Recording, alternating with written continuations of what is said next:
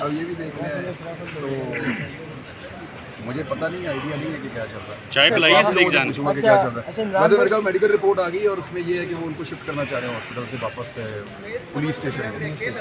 تو let's see. Imran بھائی دیکھ رہے ہیں یہاں پہ اتنی پولیس ہے سامنے دیکھیں، کیا آپ کو یہ نظر آ رہا ہاسپٹل کا ماحول؟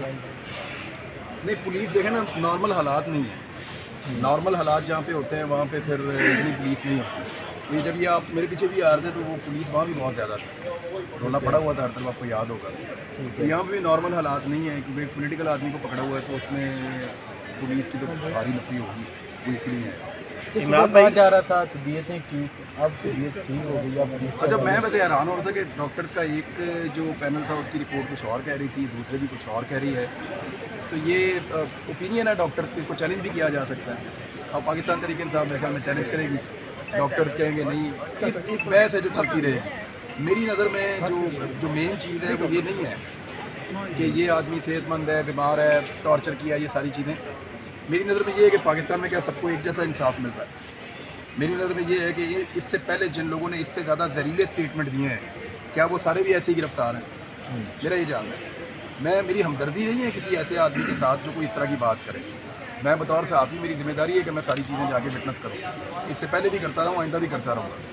لیکن بطور انسان اور ایک پاکستانی ہونے کے ناطے یہ سوال تو آپ ضرور اٹھاتے ہیں کہ سب کے ساتھ ایک جیسا سلوک ہونا چاہیے، چاہے وہ میں ہوں، چاہے آپ ہیں، چاہے کوئی وزیر اعظم ہے، چاہے کوئی صدر پاکستان ہے. پھر سب کے لیے قانون ہو تو پھر سب کے لیے ایک جیسا ہونا، الگ الگ تو نہیں ہو سکتا. جن لوگوں نے اتنے خوفناک اسٹیٹمنٹ دیے ہیں، زہریلے اسٹیٹمنٹ دیے ہیں افواج پاکستان کے خلاف، اور انہوں نے بہت ڈویژن پیدا کرنے کی کوشش کی ہے اور بار بار ایسی چیزیں کرتے رہے ہیں، ان لوگوں کو آج تک کسی نے گرفتار نہیں کیا اور اس کو گرفتار کر لیا. تو اس کو گرفتار ضرور رکھیں، اس کو سزائے موت بھی دے دیں، لیکن ان لوگوں کو بھی ساتھ دے دیں. اقرار الحسن نے آج آپ کے بارے میں ٹویٹ کیا، آپ نے پڑھا ہے؟ اقرار الحسن نے اچھی بات کی ہوگی، دوست ہیں میرے وہ. اچھا، ہر دوسرے دن بعد ایک ویڈیو جاری ہوتی ہے جس میں یہ کہا جاتا ہے نہیں لگ سکتی انہیں روشن دان کے پاس لے کے نہیں جایا جا سکتا، اور اس کے علاوہ انہوں نے کافی باتیں کی ہیں.